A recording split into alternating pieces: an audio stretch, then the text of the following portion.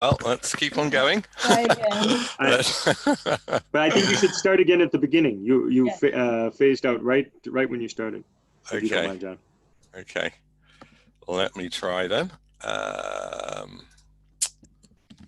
Yeah, Rachel, try shouting at me if for some reason I disappear again. I hope not. I did, but you couldn't hear. Okay. Okay. So I was just saying the motivation is very simple for this paper. So even before the COVID pandemic, we were living during a period where productivity growth had slowed significantly. So what I put up here is TFP growth in the US as a kind of frontier country, averaged over different periods. So the first bar shows you the kind of TFP growth for the 25 years since the Second World War, where there was very rapid TFP growth of about 2 percentage points a year.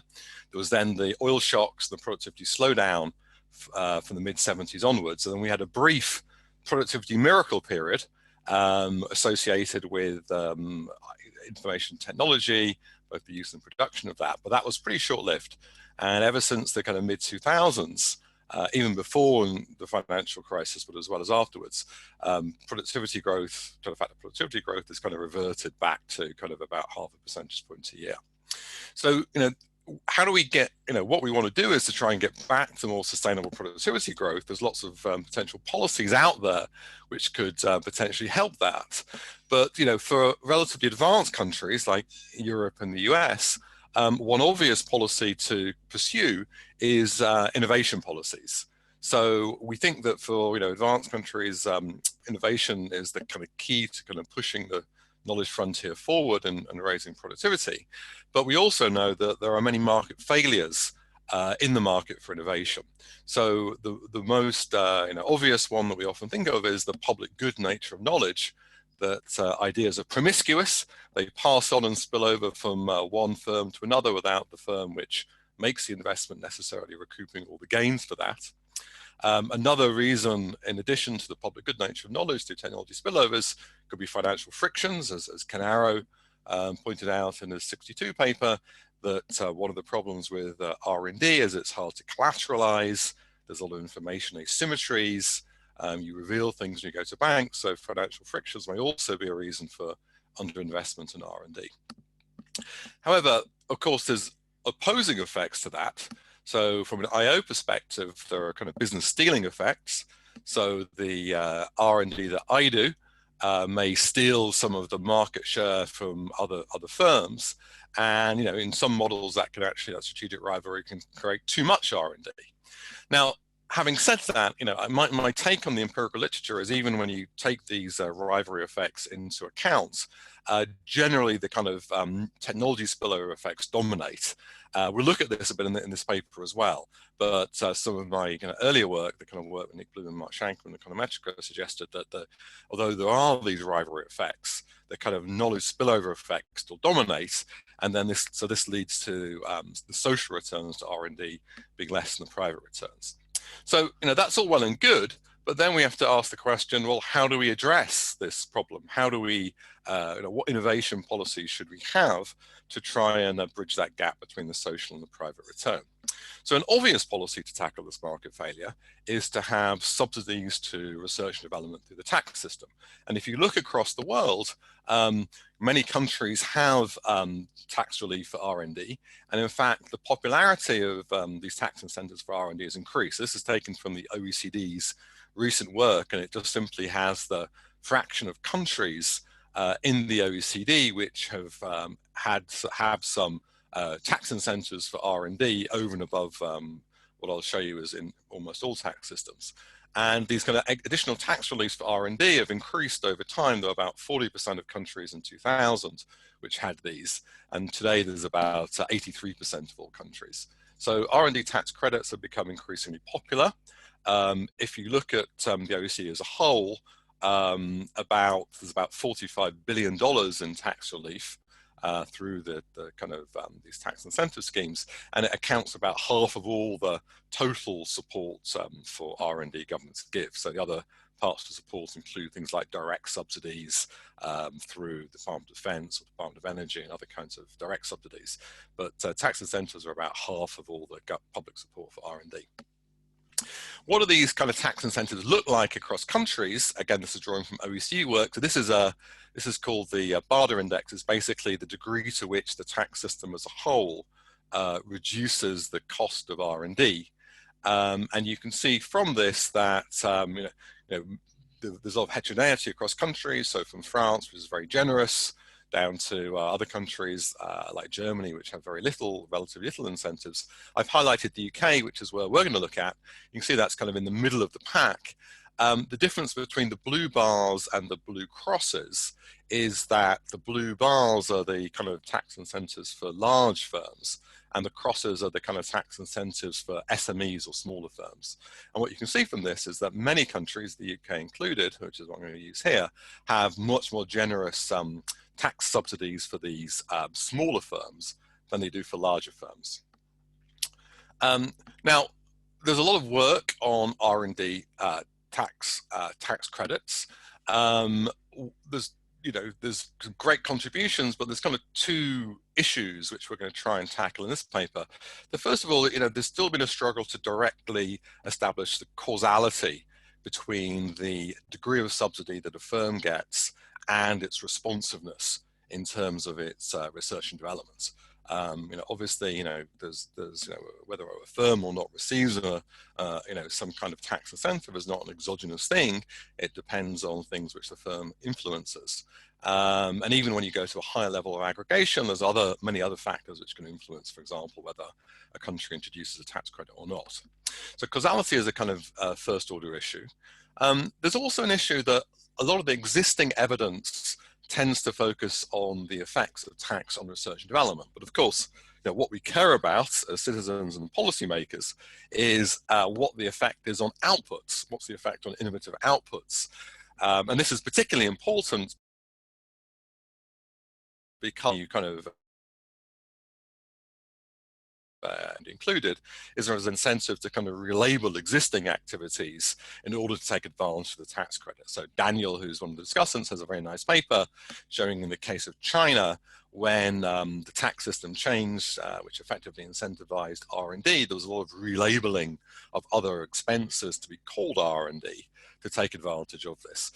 So looking at outputs directly is a way of trying to assess whether or not just is the observed or announced R&D matters, but whether or not you actually see effects on other kind of things like patents or jobs or productivity. So what we're going to do in this paper is trying to tackle those two issues. We're going to use administrative tax data and firm accounts on nearly the universe of private and public listed firms in the UK. And we're going to evaluate the impact of a tax relief scheme both on firms' research and development, but also on the patenting activity, citation-weighted patenting, quality-adjusted patenting, as well as other outcomes such as jobs and sales and productivity and so on. We're going to look at the effects on the subsidized firm itself, but also we're going to be looking at the technology spillovers for the firms. As this is the key thing justifying the kind of existence of the R&D tax incentives. And methodologically, what we're going to try and do is exploit discontinuity in the generosity of the R&D tax relief at the new eligibility criteria, which changed in 2008 and gave greater incentives for SMEs to perform research and development relative to larger firms. And the nice thing about this is that this eligibility was determined by asset levels prior to the change in 2008. So we can actually implement a regression discontinuity design, exploiting the kind of the firms around the threshold to see whether there was a causal impact of the tax policy on research and development and other outcomes. So you can think of this as a RDD for R&D, or a regression discontinuity design for R&D. And just in summary, what do we find from this? Yeah, of course. Yeah. So yes. Someone asked, Wendy Wong asked, when we think of innovative output, should we think of new products or of producing at greater scale, or both, or how are you thinking about that? So all those things matter. The measure that I'm going to focus on classically is to look at kind of patents as one of the outcomes of innovation of the innovative process. And of course, that's not a perfect measure. And it would be nice to have other measures of of innovation, but that's the one which is most commonly available. The main thing we're going to worry about is that patents are very heterogeneous values, so we're looking at measures of controlling for that by weighting by citations or looking at how many countries you take it out in.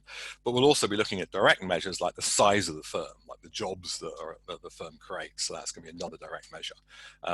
Yeah, so that's going to be where we focus. Is that okay? Good. So, just in summary, what do we find?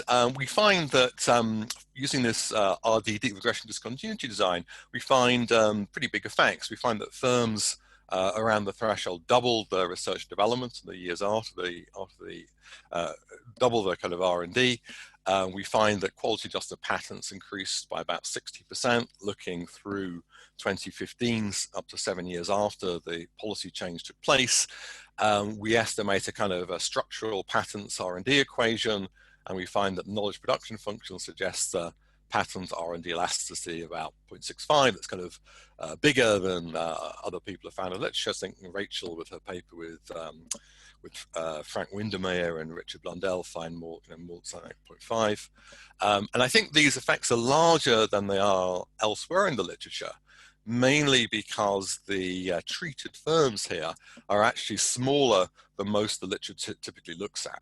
So in most of the literature, the focus has been on relatively large firms like publicly listed firms and Compustat. And if we do think, for example, or even when you look at, say, aggregates like the economy as a whole, a lot of that is dominated by larger firms. So effectively, the sample's weighted to larger firms if you look at, say, macroeconomic outcomes.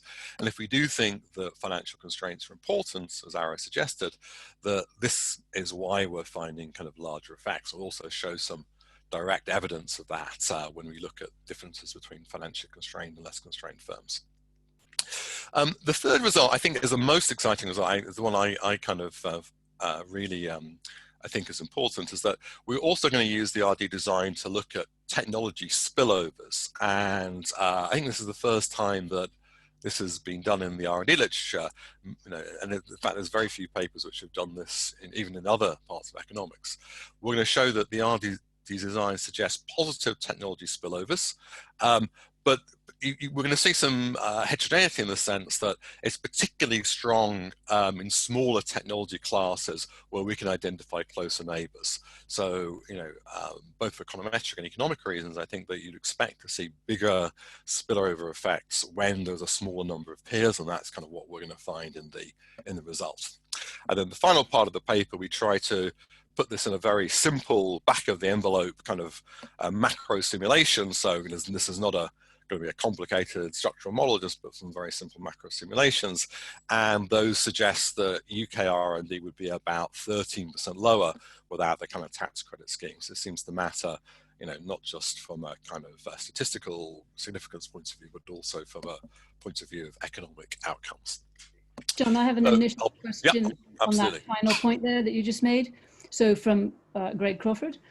So when you do the macro simulations, how do you reconcile that what you're estimating is for those firms that are around the threshold? And then when you extrapolate to all firms, how do you deal with that? Absolutely. So yeah, so that's one of the challenges. So what we do when we do that is we argue that the effects that we're seeing are generalizable to smaller firms. But for larger firms, we use a lower elasticity, more like the one, say, for example, we estimated in our Journal of Public Economics thing of about 1. So we assume that there's a bigger elasticity for the smaller firms than there are for the kind of larger firms. So that's what we did. Of course, there's many other assumptions that you can make, but we thought that's a relatively conservative assumption by only extrapolating from the threshold to the smaller firms and not doing that for the larger firms. Great, thanks. So yeah, so there's I could spend the whole seminar just at other papers, but there's a very big literature here. Obviously, for looking at tax incentives as a whole, there's a couple of nice surveys. I highlight the OECD one, which has looked at a lot of the recent literature. They tend to find positive effects on R&D, but as I mentioned, there's a less of a literature looking at other kinds of outcomes. There's work on cross-country panels that Rachel and I originally did back in 2002. There's work on looking in the US across states. There's work on looking at firms. I highlighted a couple of papers, one by Rao, which also uses administrative data in the US, and another one by McCrary and Liao, which uses also uses kind of 2008 change, but does it in a kind of diff and diff type of approach, looking at R&D rather than looking at other outcomes. There's another literature looking at direct R&D subsidies. Some of this actually does use RDD approaches, regression discontinuity. There's a very nice paper by Sabrina Howell in the AR looking at the US SBIR, Small Business Administration Program. She also finds important effects of direct grants in her ID design. There's a literature looking at the knowledge production function of R&D and productivity and innovation. There's a literature also looking at spillover effects that I mentioned at the beginning. And there's also a very nice paper looking at tax more generally, not just corporate tax, but individual income tax by Akajit, Grigsby, Nicholas, and Stancheva, who also find important effects from individual income tax. The focus here, of course, is on things which are affecting firms. Okay, so let me just pause there and just take any questions to take before I move on to the next one. Besides the one we've had, there's one more question from Maria Martin Rodriguez, who asks, when you talk about neighbors, are you referring to firms that are operating in the same geographical market or similar technologies, or in what sense do you mean? Yeah, great question. So I'll show you the details of what we do, but we focus on neighbors in the kind of technology space. So we look at leveraging off some of the earlier work by Adam Jaffe and others. We look at whether you're a neighbor in the sense that you're also operating in the same type of technologies as other firms. So that's going to be the thing that we kind of focus on. But we're also going to be looking at some other measures of neighbors, such as in the product market. So to look at product market rivalry, to look at these business stealing effects. We haven't focused so much on geography. That would be a great thing to look at. The firm level data is not fantastic for doing that because you know the headquarters of the firm. You don't know necessarily the geographical location. But that could be another dimension which would be interesting to look at. Okay, so a sort of related question to that from Alessandro Iaria is intuitively, how should we think about the mechanisms driving the spillovers in this case? So what are the conduits through which the knowledge flows? Right. So again, there's a lot of different ways that could happen. It's you might say this is the way we're looking at it as a more reduced form way, but the natural way to think about that is through people talking to each other like we're doing now in conferences and trade associations and seminars. It could be through reading about the knowledge which is happening in patents or academic type of things. It could also be through the mobility of kind of people as well, moving between different firms. We don't have this is not a paper where we can tie down those mechanisms so directly. It's more of a kind of classical thing where we use your closeness in your technology space to get a sense of who might benefit without directly tying down the mechanism through which that happens. That's also a really interesting question. Great, thanks. Any other questions, or should I continue? No, that's good. Okay, so this is the outline of the rest of the talk. So I'm going to talk a little about the institutional background, then the data, then give you the baseline results, then talk about spillovers and some of the macro implications. Okay, so just to give you some institutional background. So the UK introduced its first R&D Tax Relief Scheme in 2000, a couple of years after the Labour government came to power. There was initially, when it was introduced, it was for small firms. Subsequently, in 2002, it got extended to large companies. What we're going to use here is the 2008 change and the period between the mid-2000s and up to 2015. And what happened in 2008 is that the UK doubled the size limits, which determined whether you were a small firm or not. So in 2007, if you had employment less than 250 workers and your assets were less than 43 million euros, your sales were less than 50 million euros, then you were eligible for this more generous, as I'll describe, SME tax relief. But then in 2008, those thresholds are basically doubled. So that it meant that overnight, many firms who weren't eligible to be get the small firm tax relief became eligible. Now, in order to be eligible, you had to meet this criteria for 2 years. So we're going to exploit, what we're going to use is 2007 data, whether your assets in 2007, prior to the change, in order to calculate the running variable to see which side of the threshold you're on. And one of the nice things about this is that the policy at this threshold is only for the R&D tax relief. So there's lots of other SME type of policies which the UK government has, for example, but none of them are at this particular asset threshold, at this particular threshold. So it actually is a nice, it's not confounded with many other policies that you might be concerned about. We're going to focus mainly in the presentation on the assets threshold because it's reported by 97% of all firms. We also consider some of the other thresholds, but that data is reported a lot less by firms, even in the administrative tax data. So it's a lot less precise than the kind of asset threshold. So that's what we'll run with, is the running variable.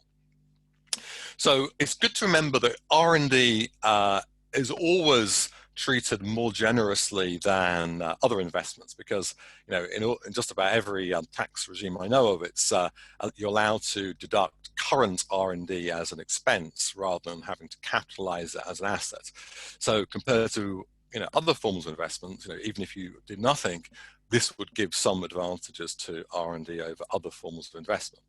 But in addition to that, many countries, as I showed you in the OECD and in the UK, have additional more generous regimes to encourage research and development even more. So in the UK, there's actually what's called an enhanced deduction. So in addition, so if you're, say, doing 100 euros of R&D, you don't just deduct that off your taxable profits, you also get to deduct an additional proportion of that against your taxable profits. So if you're a small firm, an SME, you get to deduct an additional 75%, and if you're a large firm, you get to deduct an additional 30%. So that difference, 75-30, is the additional incentive that the SMEs have to do R&D. In addition to that, if you're in the SME scheme, you can also choose to get a payable tax credit. So what this means is that this is effectively like direct government cash via reduced payroll tax, national insurance contributions. And this is important because many small firms are tax exhausted, they're not making enough profits or sometimes any profits to deduct off the R&D. But with this payable part, you can actually get that money directly back rather than through the kind of corporate tax system. And this, for smaller firms, this can be quite important. Now, there's a cap on how much you can get on that, but then again, especially for kind of financially constrained firms, is an important part of giving additional incentive for SMEs. Okay, so let me pause there on the institutional setup before I get on to the data. So we have one question, which is from Rafael Pino de Moris. How easy is it to turn a large firm into 2 or several SMEs to benefit from enhanced credits? So how much can people manipulate that? Yeah, so that's a great question. It's actually one we'll look at in the analysis. I mean, firms can try to do that, of course, and even without turning yourself into another firm, you could choose optimally to try and be below the assets threshold to take advantage of being a small firm. So I have another line of work, with Luis Garicano and Claire Lalage, which kind of looks at those incentives. I think the advantage that we have here is that we're defining your assets prior to the policy change. So, you can't change your 2007 assets in order to take advantage of this. So that running the identification of this is kind of robust to that. Now, there's a risk maybe if you knew the tax change was coming in, maybe in advance, you could have chosen to manipulate your size. We can assess that again by looking at McCrary tests and other things around the density, around the threshold. We don't find much evidence of that. But we'll also assess directly to say, well, maybe later, do firms change in order to take advantage of this? We don't find much evidence of that. And I think one of the reasons for that is that it might be hard to target your firm to do that. There's a lot of other stochastic things going on, so it's difficult to get directly below the threshold. There's a little bit of evidence that there's some of that going on. I'll show you that the density around the thresholds increases, but it doesn't increase by very much. The magnitudes look relatively small. Okay, great. So I have one other question too, which is from Giancarlo Spagnolo. In other countries, SME status is linked to other benefits. So for example, in the US, they have set-asides. In Italy, they have less strong labor regulation. Are there not other benefits for SMEs in the UK? Yeah, so that's a great point. So I was trying to make the point up before is that although there are lots of these other SME type of policies, the thresholds for the R&D tax credit is the only policy I know of at that particular threshold. So we looked at lots of other policies, and there are different things, but there are different thresholds than the threshold for the R&D tax credit. So one of the nice things about it is that it's more cleanly identified and not bundled in with other policies. Okay, so I have two quick other questions. Now, João Granja, since only the assets threshold is being used, should I think of the estimates as upper bounds on the true effect? And let me just ask it. So Sun Hu Huang asks, how much was the threshold effect expected? Is there some anticipation of that? Right. So on the second one first, I think many of us were expecting this to kind of happen in 2008. I think it took a lot of other things happening in 2008. It took a lot of us by surprise. But we can assess the extent to which firms were anticipating this happening by looking at whether or not around that threshold there were other things happening prior to 2008. So what I'll show you is both the kind of covariate balance prior to 2008 and the density, but also whether firms were responding differentially around that threshold prior to 2008. And I hope I convince you the answer to that is no, it doesn't look like there's anything happening in advance. As to your first, what was the first question again? It was so you're only using the assets threshold. So yes, exactly. Yeah, great point. So it's it's at one level it kind of, if you like, it weakens the first stage. It's not a it's still a valid thing to use as one of the criteria, but it makes the design more fuzzy than it would be if we had all the data to make the discontinuity sharp. Now, what we do in order to, one way to think of the initial results I'm going to show you when I get to the baseline reduced form things is a kind of like an intent to treat effect. But I'm also going to look at two kind of IV approaches. So when we use the patents and R&D, the knowledge production function, and we use the discontinuities, the IV, that gives us, directly the effect of the, at least the local average treatment effect of R&D and patents.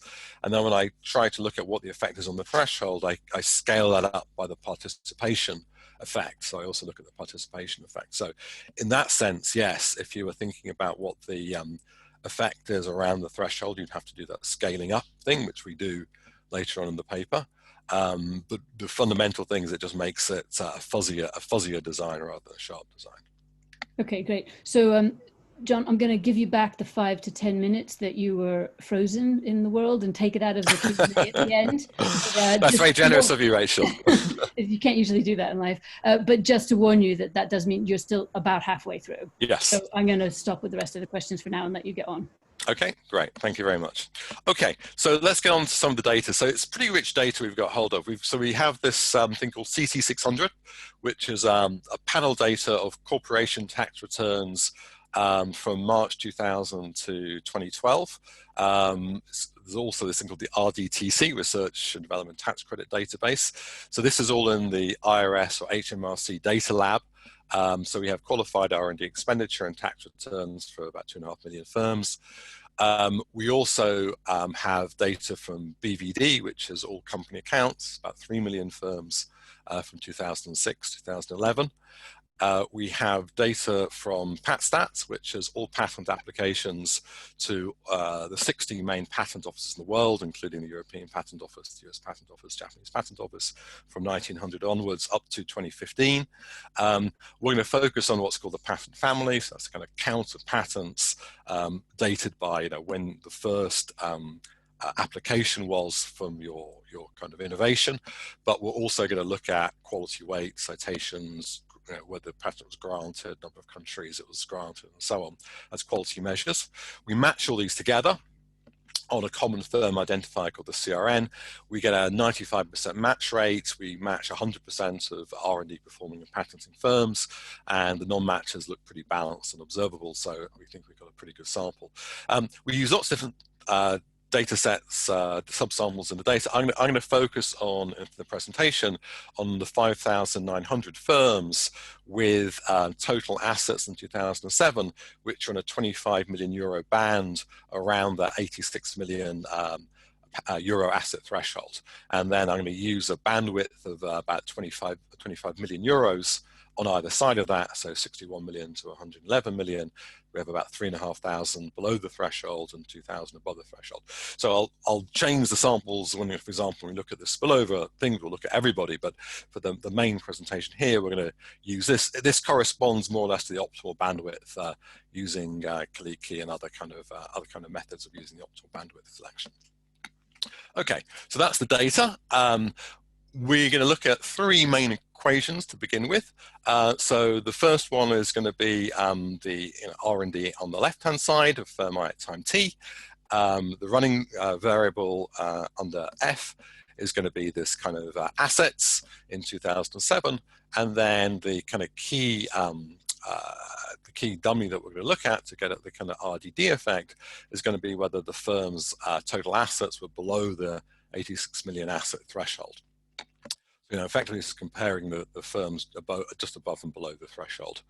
We're going to focus on 2009 to 11 as the post-policy period. 2008 is a transition year, but we'll present estimates separately for each year, 2006 to 2011. And for patents where we can actually go up to 2015, we're going to look through 2015 and also present some averages before and after as some kind of summary measures. Patents exactly the same, but a different outcome. So patents on the left-hand side, the same running variable and eligibility on the right-hand side. And, as I said, we'll also show evidence for other kind of outcomes, in particular employment, which I think is a nice volume measure of outcome. The knowledge production function is where we have patents on the left-hand side and R&D on the right-hand side, as well as the running variable. But then we use whether you're below the eligibility threshold as the instrument for R&D to get an estimate of gamma, the kind of causal effect of R&D on patents. So I'll pause there again, or shall I continue, Rachel? I have one quick question, which is what's the percentage of firms that actually engage, the SMEs that engage in R&D and take advantage of the credit? It's Marta Bengoa asking, who's looking at similar issues in South Africa, and they have a very low percentage because of the filing burden. And so she's that's substantial. What percentage of firms use, so we have, in terms of, I should know these numbers off the top of my head, I think we have about 500 patenting firms and 400 or so R&D performing firms. In terms of the question, it's a hard question to answer because we don't have a population survey of how many firms are, doing R&D and not claiming the credit. So the Bird survey, because they're a stratified random sample, won't cover many of these firms.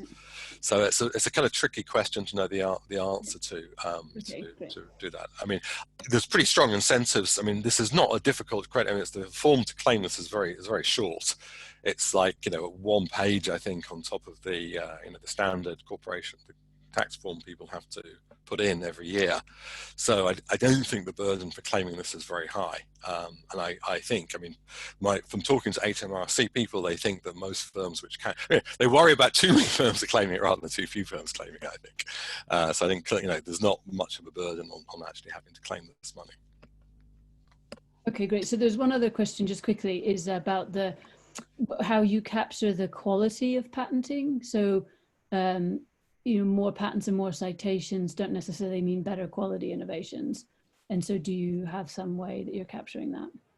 Yeah, so I'll show you, the citations do seem to, from other work, suggest that, there is a correlation. It's not perfect, but, the highly cited patents also seem to be associated with, higher profits, higher income for inventors and so on. But some of the other measures that we also use are direct measures like employment, but also measures like how many countries you chose to get intellectual property protection for your patent. So the more valuable the patent is, the more countries you're likely to take protection out in. We also look at whether the patent was not just applied for, but was granted as well. We also look at the particular types of patents. So, for example, biopharmaceutical patents, you might think are particularly highly valuable. We also look at whether there's an effect directly on those type of patents, which we find as well. So I'll show you some of those later, but we look at a variety of different quality measures. Great. Okay, so so you gave me an extra 5-10 minutes. Okay, I'm factoring that in. Okay, so we look the usual diagnostics. So we look at whether there's kind of bunching, as I mentioned, prior to the policy. That would be a sign of firms manipulating you around the threshold. We don't see any evidence of that. So the McCrary test doesn't suggest there's any kind of bunching around the threshold. There's no significant mass of firms there. We also look at covariate balance. So, is it the case that somehow firms are different in terms of the sales or employment, the capital, the value added around those thresholds, and we don't find evidence of that either.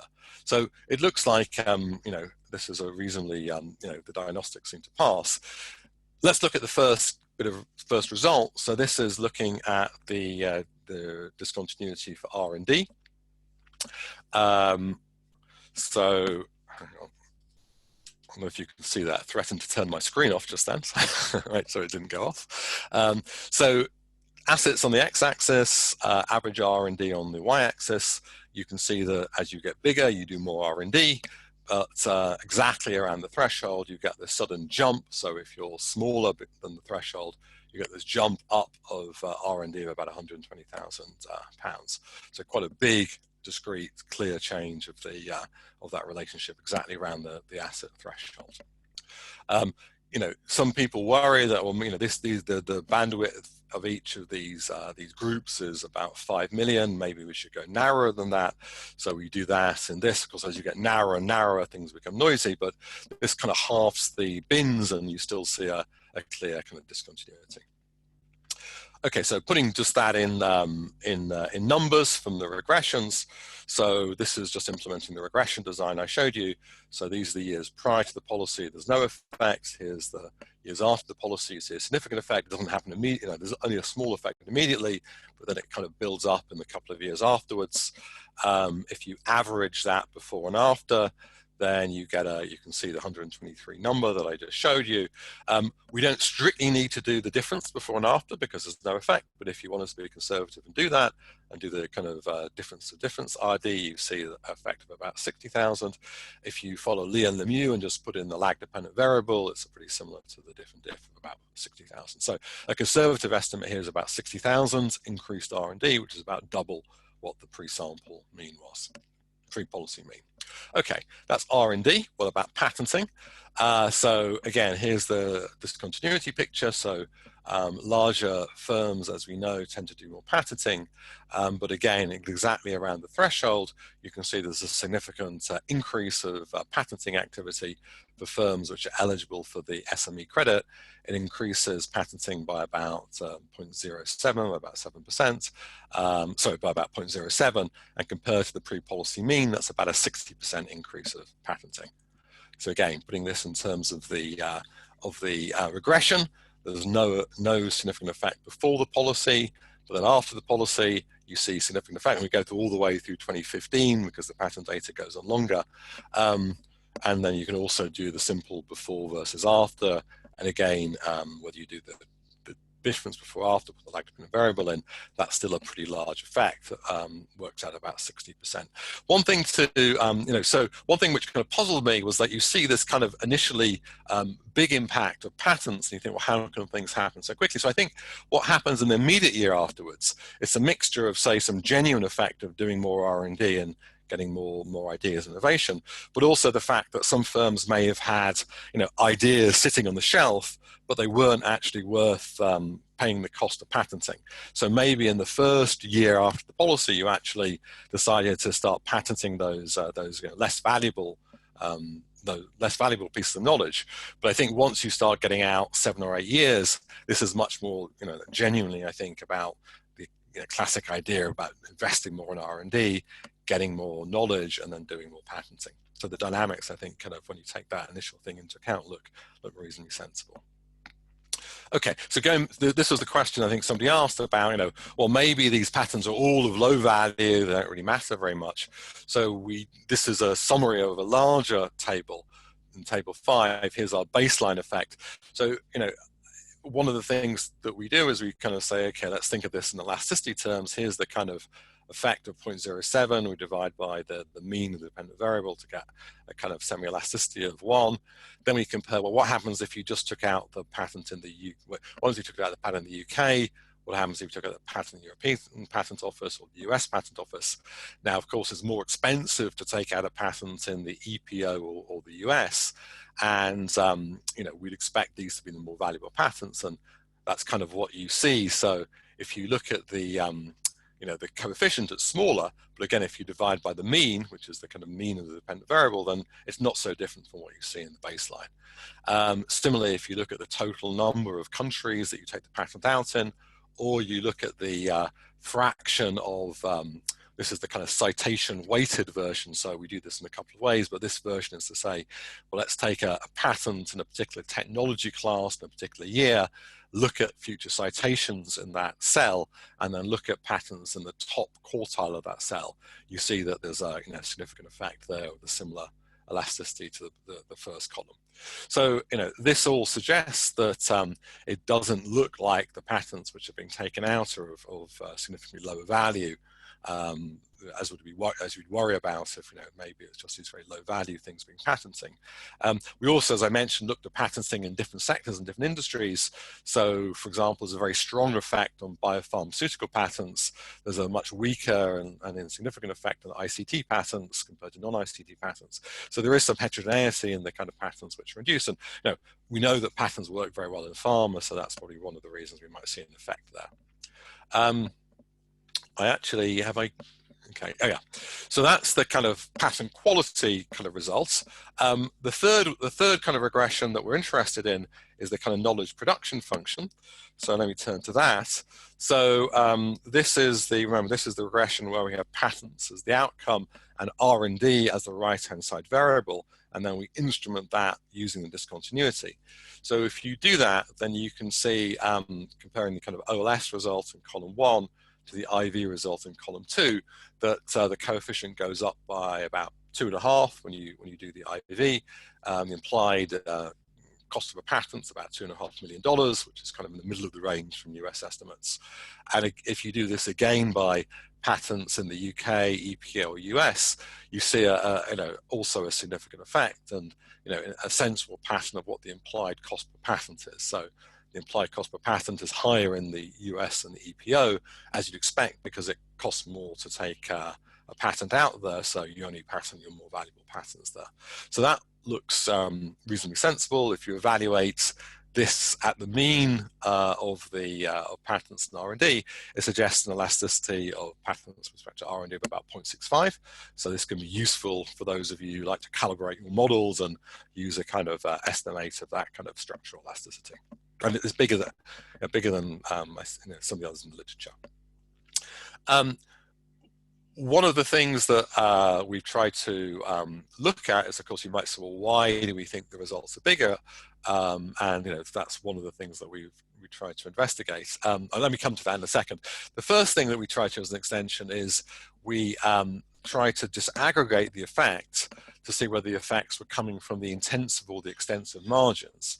By looking at whether not just the kind of, say, the number of patents or the amount of R&D, whether you did any patents or any R&D. And it turns out that the R&D results are coming from the intensive margin. Firms who are already doing R&D start doing more of it. The patents result come from both margins. So we both see an effect on firms who weren't doing patenting before doing patents, and also those who are patenting before doing more patents. So those are both happening there in the data. The second thing we looked at as an extension was to look at other measures of firm performance. We look at a wide variety of these.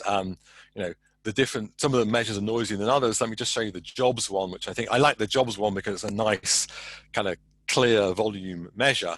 So for this, you can see prior again to the policy, there's no effect. After the policy, you can see that this kind of, I think, quite a sensible pattern. There's not much effect in the first year or two, but then the effect kind of builds up over time and becoming stronger by the end of our kind of sample period. And again, if you were trying to interpret the effects, the natural interpretation would be, well, you have an incentive to do R&D, which is greater because your costs have gone down, you have more R&D. This kind of gives you more knowledge, which is partly patented, and this eventually leads you to grow larger, and this is a measure of kind of firm growth. And this also speaks to this question about, well, to what extent maybe you're giving this money to firms, they might not want to grow. They might want a patent, but they wouldn't want to necessarily use that patent for growth. They might just license out or sell it off because they want to stay below the threshold, and that may cause some inefficiency. Well, this does suggest, in fact, these firms are growing. They're genuinely actually getting larger. So I think this is a nice kind of result and helps us understand the mechanism maybe through which the tax subsidy is affecting kind of firm outcomes. Now, going back to this question about financial constraints, so my sense of this is the results are bigger than I expected and bigger than we see elsewhere in the literature. One of the reasons could be relabeling, but we also see this happening in other outcomes. So one of the reasons that we might see these bigger effects is because these firms are smaller and more financially constrained. So we looked at that in a couple of ways. One is we split up the industries between those industries where we think there may be more financial constraints compared to less financial constraints.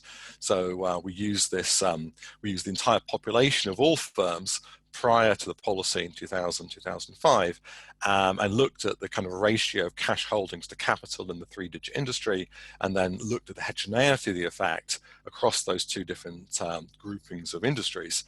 And we kind of see exactly what you might think from a financial constraint story, that in the industries which have these low cash holdings to capital, that's where the effects are coming from R&D.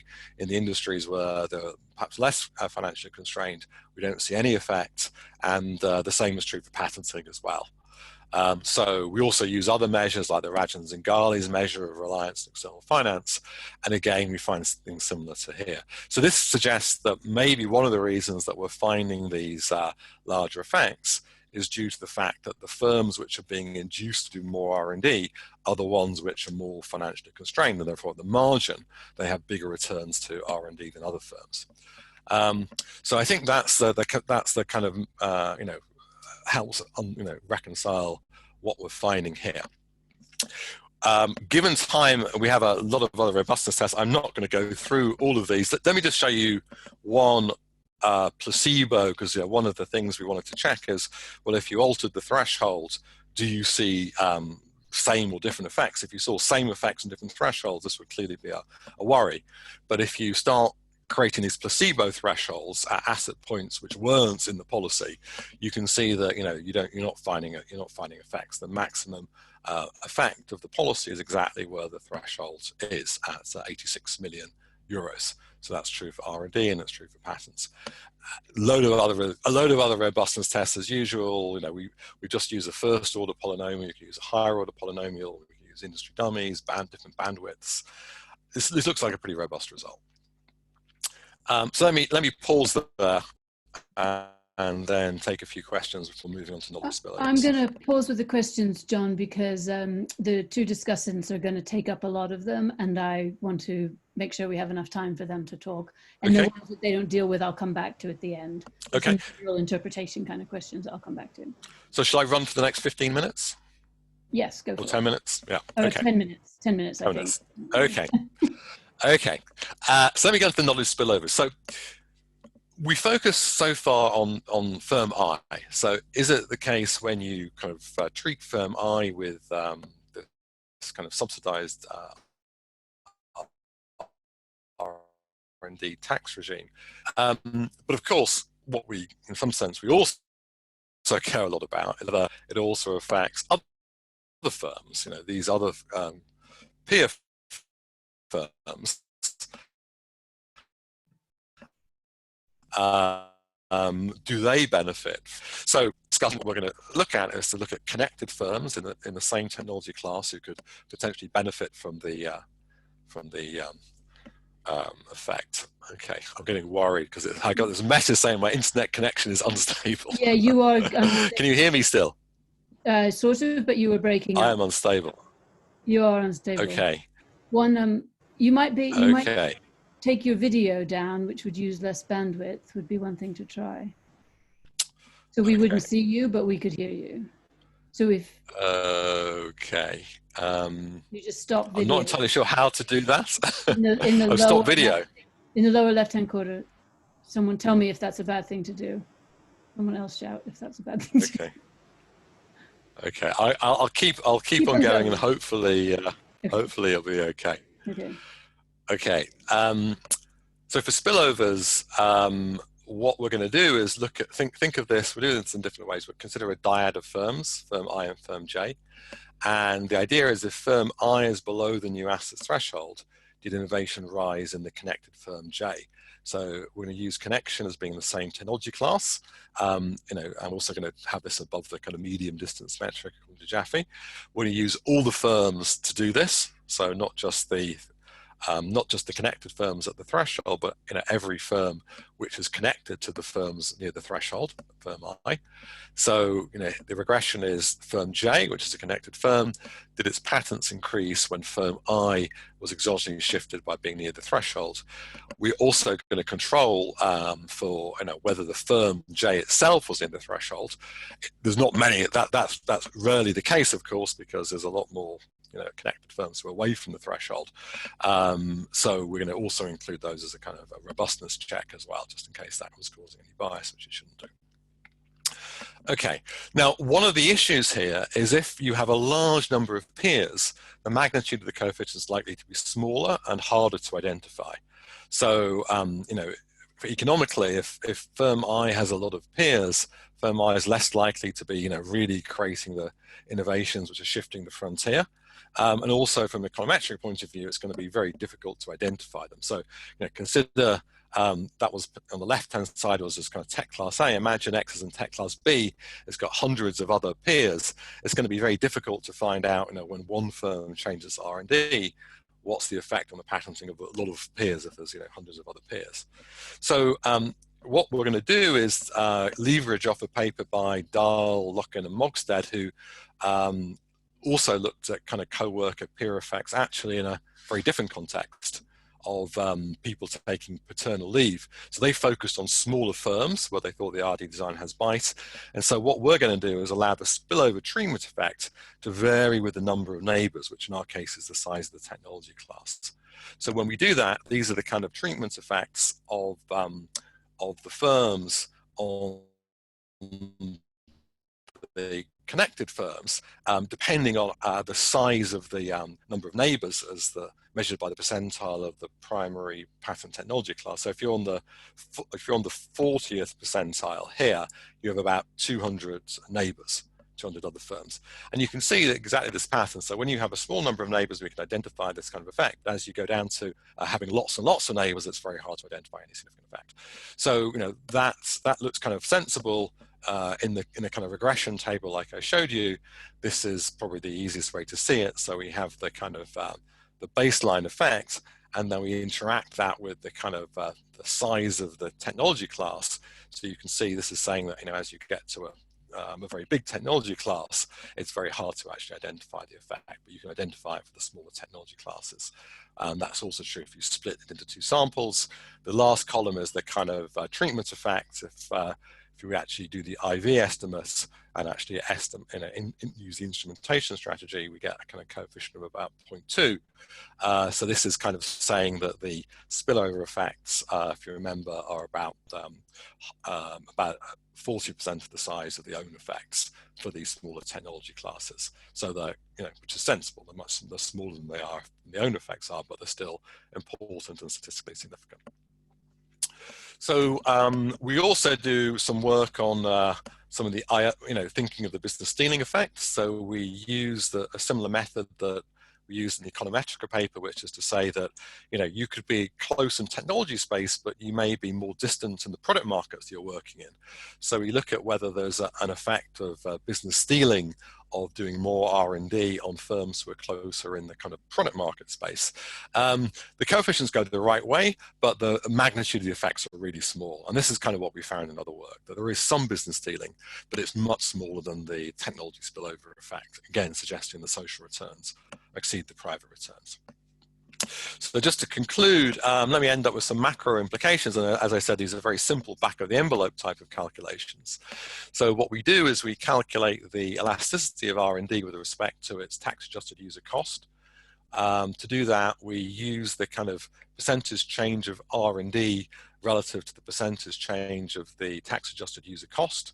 We can get the change of R&D around the threshold by using the kind of econometric results we've shown you from the R&D.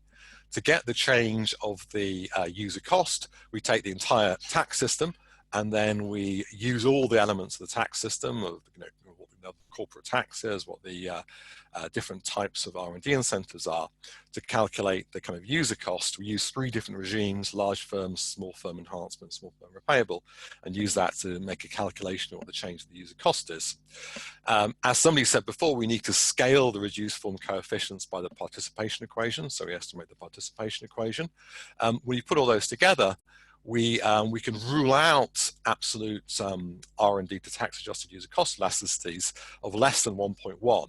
So at the 5% level, our estimates are clearly greater than 1.1, and patent to user cost elasticities, we can rule out elasticities less than 0.2. So, you know, obviously these are, at the mean, these are bigger, they're more like 3. But of course, you know, there's a big standard error around that. So we feel, to be conservative, we think, you know, we can clearly rule out elasticities which are less than 1.1.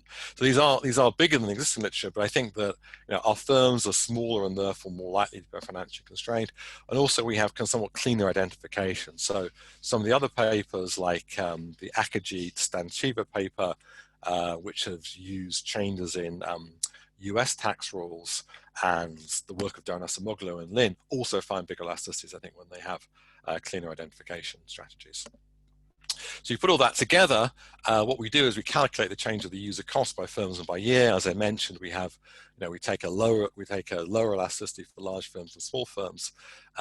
We find that, you know, we've generated about 4 billion extra R&D at an annual cost of about 2 billion. And then we stimulate or estimate the path of UK business R&D with and without the R&D tax policy from 2000, and we calculate the R&D intensity would have been about 13% lower in 2012 without the policy. That's not to say that UK R&D looks fantastic. So if you look at UK R&D, you know, business R&D to GDP ratios, they've been falling since the 1980s, and the R&D tax credit has kind of helped arrest that fall, hasn't reversed it. But we calculate in the, you know, the counterfactual would have been that the UK would have fallen even more without the R&D tax relief by about 13%. And again, these are very rough back of the envelope estimates, and I'm sure we'll pick on that in the discussion. But I think they give you a sense that these are, you know, these are not just statistically significant results, but they may be quantitatively quite important as well. Just to conclude then, we've used the R&D tax threshold and R&D design. We find that firms increased R&D and produced more innovations due to this more generous R&D tax provision. We don't find the innovations were significantly of low value. They seem to, you know, stimulated more innovations than happened before. The magnitudes appear substantial. Patents R&D elasticity of about 0.65 under IV, and also some causal evidence for technology spillovers. So it does suggest that R&D tax policies can be effective, and it does suggest, you know, targeting on SMEs can give you a bigger effect. Now, there's a lot of things to do which we can discuss. I mean, one of the things I think, you know, this is part of a bigger project, set of research projects I'm involved with.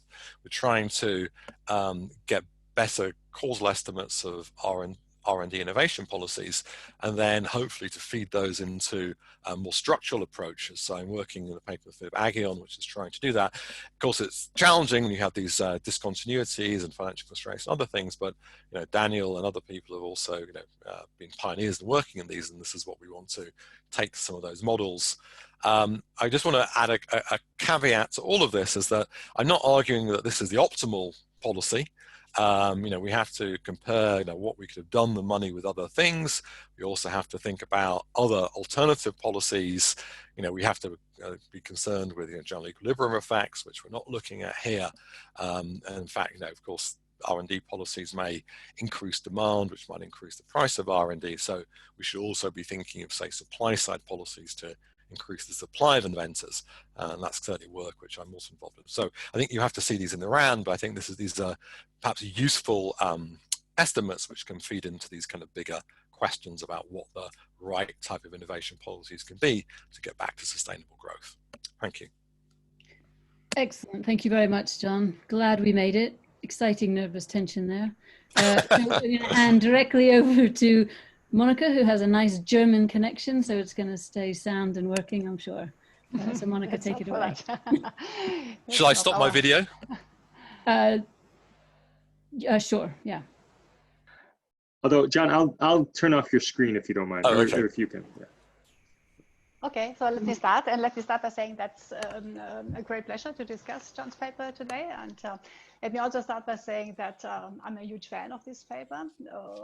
What I think sets it apart from other papers is it uses firm level data together with a convincing identification strategy in order to show this causal effects of the tax subsidies on innovation. And what I find particularly attractive about the paper is that as an outcome variable, the authors don't look just at R&D expenditures, but also at the production of patents. And also what I like in particular is that it focuses on the spillover effects of the subsidies onto other firms. And I find this latter aspect particularly attractive and important because this is what justifies that you want to subsidize R&D together with the consumer rents that innovations generate. So I think it's really nice to see that what we show in theory really works in practice. And that also explains why I'm such a huge fan, because it gave us, me and my colleagues, just the kind of empirical evidence that we could use in our role as policy advisors to make the case that in Germany,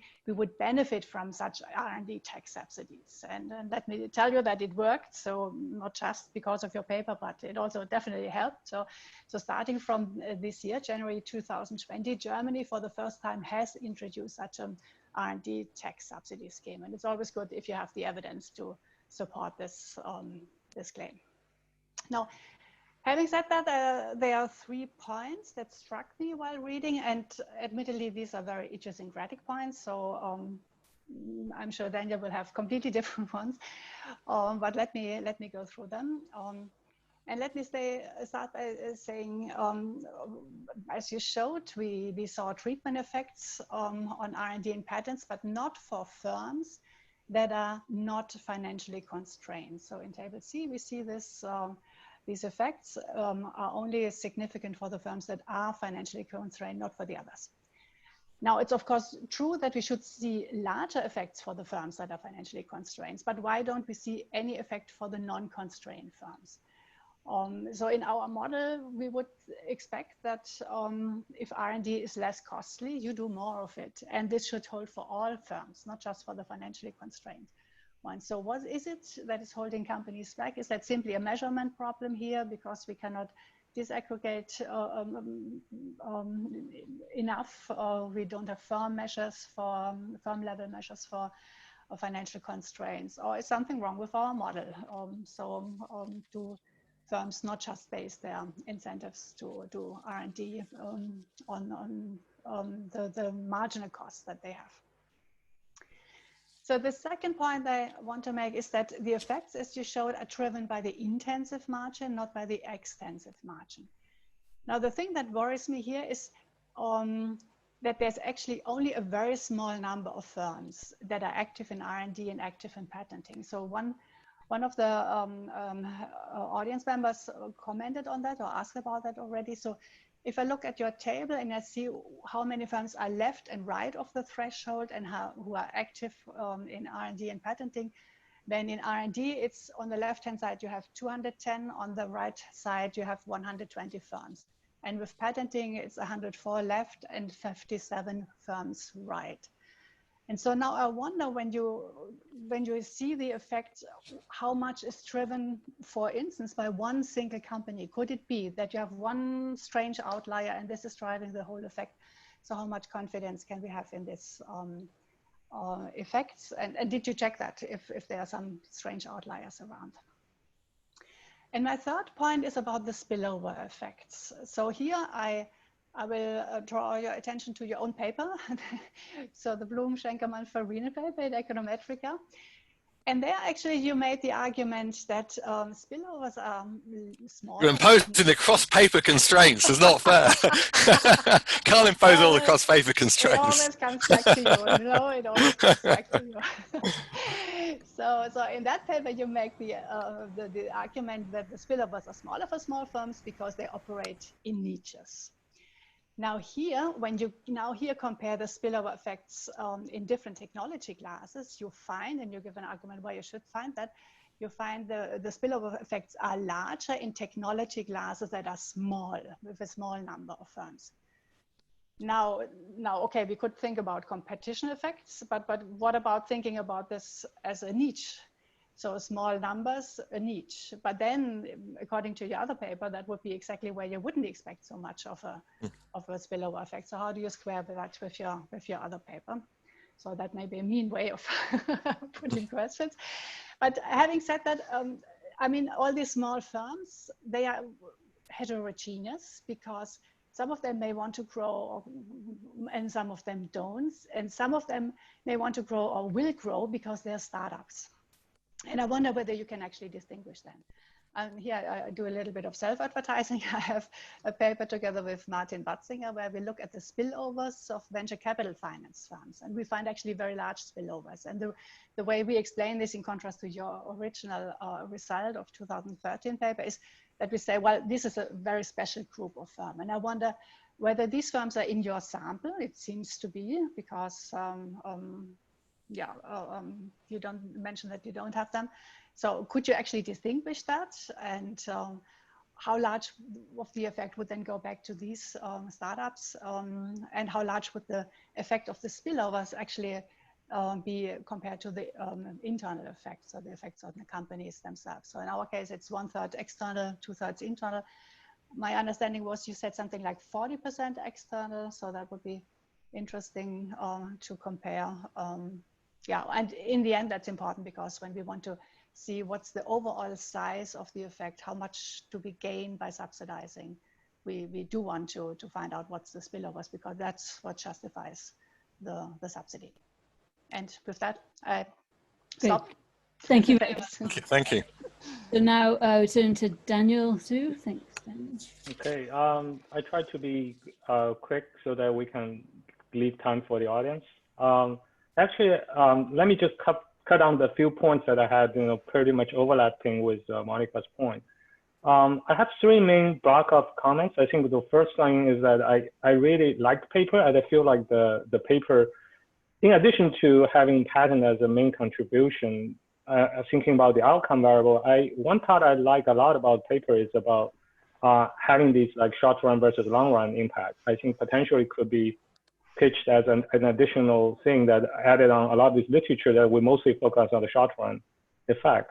And then the second thing I want to emphasize here is like the other thing I really appreciate is sort of this flavor of like second best policy intervention type of thing, is type of theme, in the sense that when we have certain constraints, in particular when we think about these SME innovation policy, when these firms are facing certain frictions or distortions, whether the tax policy could be actually doing a good job or not. That's another theme I feel like the paper has been pitching really well, which could actually be also another very nice contribution to the literature. In fact, I will come back to that. I think one thing that kind of opens the space is about like thinking about this overall trade-off in terms of when we incentivize innovation. whether we should start from the SMEs, thinking about the SME versus large firms. These trade-offs are also extremely interesting.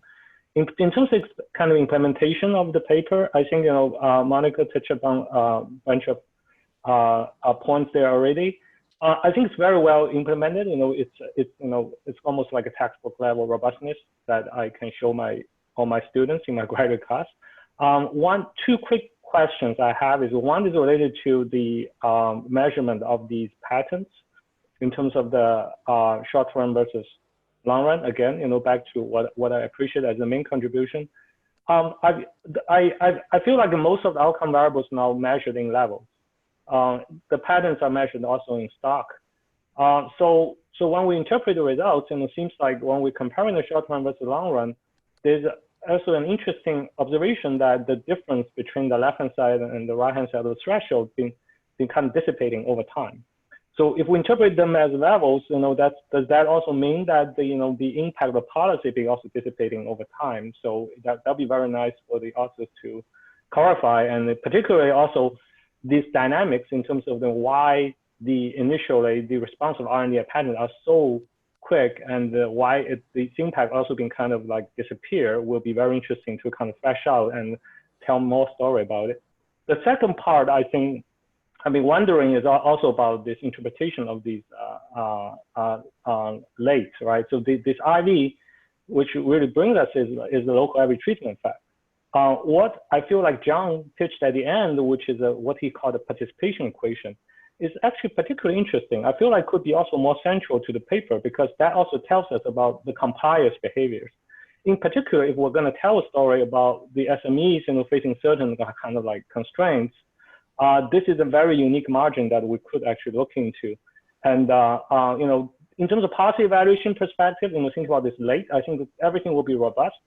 But for the alternative programming, kind of like program design, policy design, these kind of participation, again, going to play a central role, especially once, start to move to this kind of like structural approach. I feel like this will be getting more central than it is right now.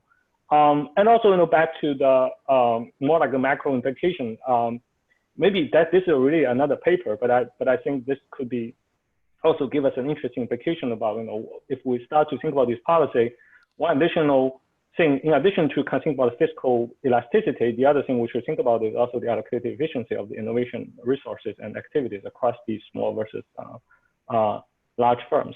So I'll just like be ending very quickly, within 1 minute, after thinking about, this is a CEPR IO seminar, and thinking about this productivity innovation literature, and to a certain extent, we're actually striving, and really, for me personally, I wanted to meet IO in kind of empirical IO, and to the sense that I think this is extremely important policy question, but in the IO literature, we typically haven't been kind of like thinking about the structural modeling, in particular this kind of like innovation R&D effort at the individual firm level.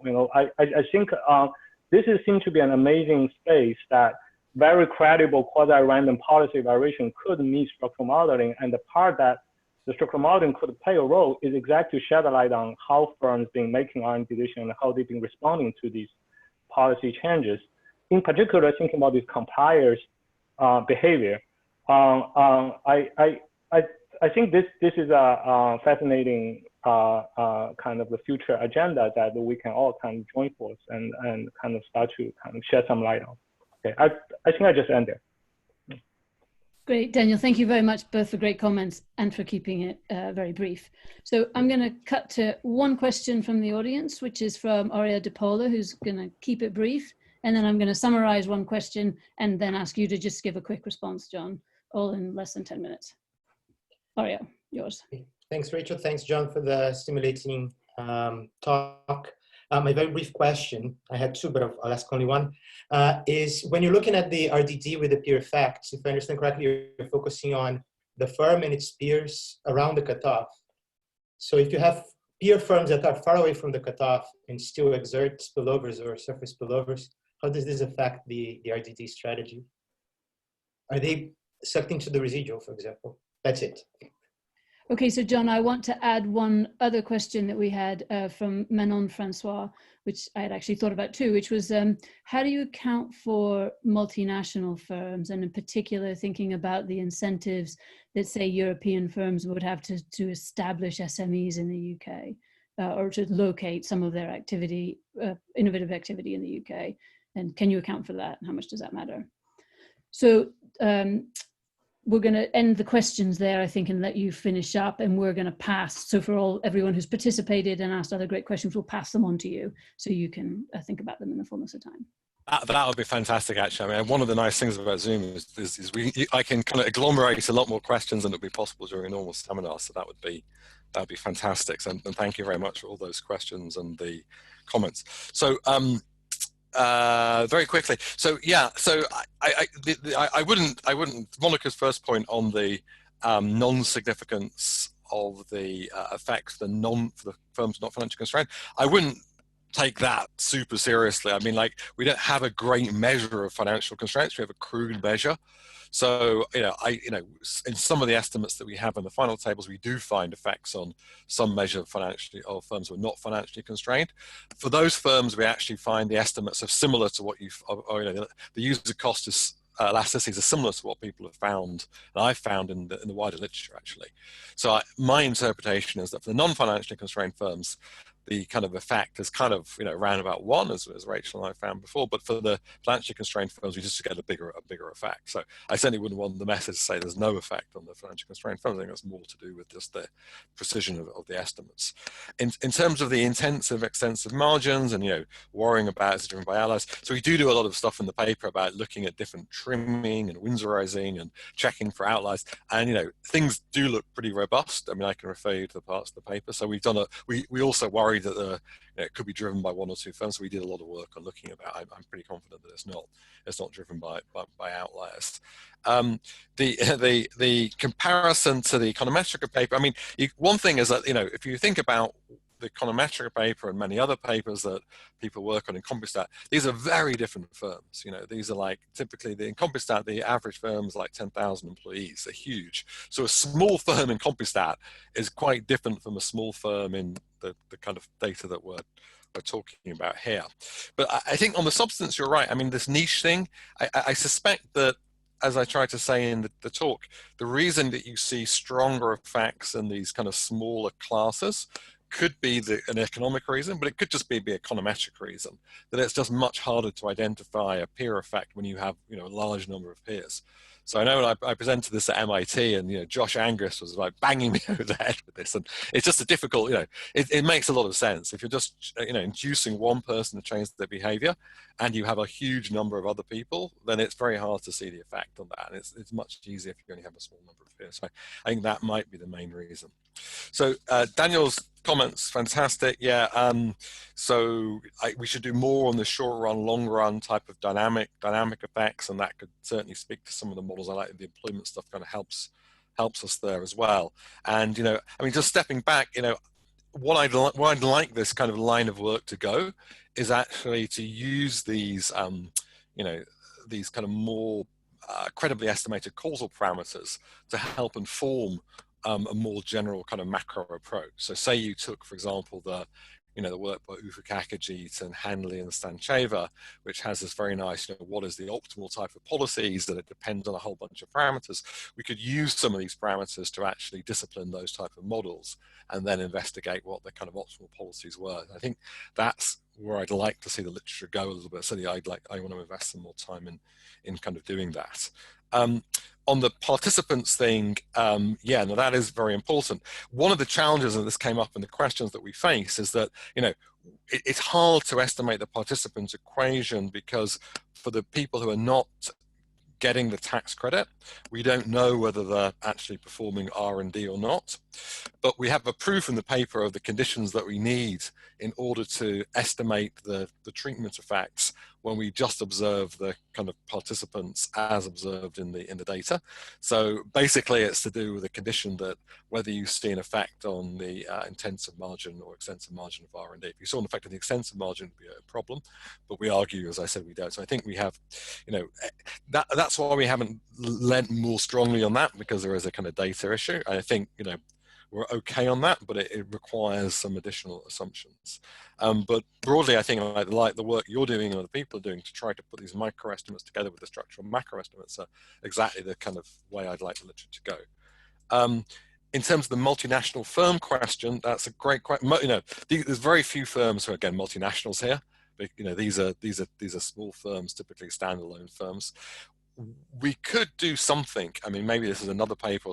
You know, so this idea of looking at the spillovers, not just in terms of the effect on R&D, but also the effect on how they change their behavior.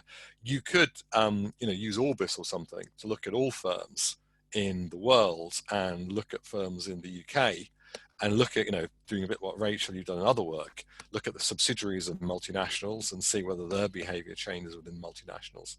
So you could actually try and use some of that broader data, and you could also look at the spillovers as well. So going back to the geographical question, you know, we just looked at British firms and whether they benefit from spillovers, but, you know, you could do exactly the same exercise and looking at, you know, technological spillovers, but use, you know, all firms in Europe or all firms in the world, and, you know, use some of the geographical stuff to do that. So, you know, we haven't done that because of laziness, but it's certainly doable. Now, on your R&D peer effects, I'm not sure I completely got what we're doing is we're just using the firm I around the threshold. So that's the firms that we're thinking of as shifting the right-hand side variable. And then on the left-hand side, we just have the connected firms. So we have all the connected firms, wherever they are, whether they're close or further away from the threshold. And we're trying to show that there is an effect on the innovation activity of all those connected firms, most of whom are not near the threshold. Now, we do control, in addition, for if they are near the threshold, because we can do the same RDD on that. But you know, we don't find that it gives you, you know, biases the spillover effect. So I don't know if that's what you're worried about, whether you're worried about reverse peer effects or something else. So maybe we can talk about that later if I haven't answered your question properly there. But that's how we set up. Thank you. Okay, well, John, I think, so let me briefly step in. Oreo said that he was happy with your answer, so okay. I can report that. So and he's following up with me, I can see. Yeah, I see, exactly. So let me, I think we'll wrap it up here. Let me thank you, John, and also all of the other panelists. Rachel, thank you for doing a great job moderating, and Monica and Daniel for the discussion. Let me also advertise next week that Alessandro Gavazza is going to be presenting here at the same time, same day, same time, on mortgage pricing and monetary policy. So this will continue, and I think we're going to continue right around towards the end of June. So we'll have 4 or 5 more talks. So the one disadvantage, John, of the virtual seminars, you can't hear all the claps, but I will. If you go to the participant list, the participation thing, you can put your hand, you can put your hand up there, or hand claps there. Yeah, we'll have to do that next week. I've turned that off. I've turned that setting off. You turn that off. Let me personally thank you, and yeah, exactly. So, thank you, discussants and hosts, everybody. Yeah, thanks, John. Really much appreciated, and thanks to all the attendees. As Rachel said, we weren't able to use all your questions, but we will pass those on to John with your names, and then John, you can follow up with them as you see. Okay, thanks everybody, and hope to see you next week.